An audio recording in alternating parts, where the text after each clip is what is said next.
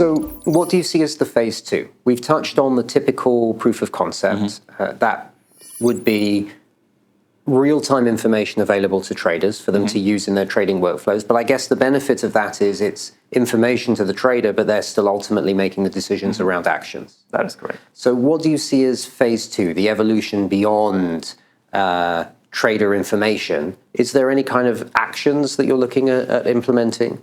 Phase two, I'll call it any future application of the technology, in my opinion, is around decision making.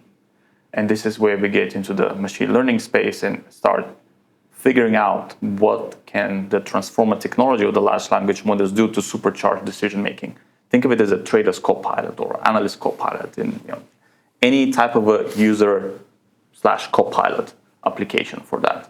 And that co-pilot essentially exists in your system. It doesn't have to make decisions automatically on behalf of customers, but aids the decision-making process. What humans are very good at is making decisions on the data they have presented, but what they're not very good at is extracting patterns from very large sets of data. Our brains are incapable of doing that compared to a large language model that has billions and billions and billions of parameters and neurons in its network and can look across data simultaneously in real time. And this is where we can really harness the power of the parallel computation capabilities of the new models to be able to infer features from the data and to be able to give us better predictability, irrespective of data type. I guess there's two sides to that. There's identifying patterns.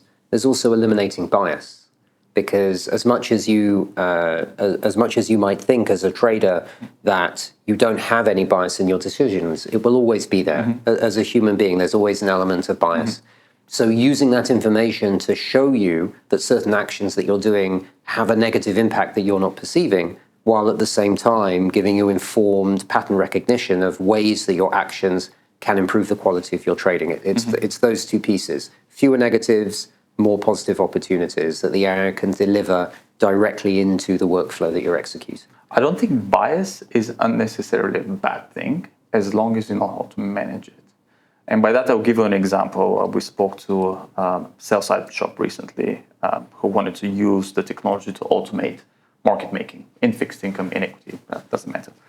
And the ability for the model to react as the trader is very important, which means you need to be able to distill the trader's behavior into the model so that if the trader, let's say, leaves the firm or goes on holidays, you can turn the algorithmic price making and the customer on the other side will not feel a difference as to how they're being treated or how the company calls back to them, because you're distilling the behavior of the trader in the model so it can mimic what the market maker is doing on the desk.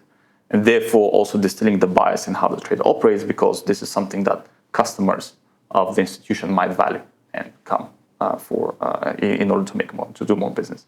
So it's a two-sided argument. The most important thing is for enterprise to be in control. Do we want more bias or do we want less bias in the current context of our business and how we operate?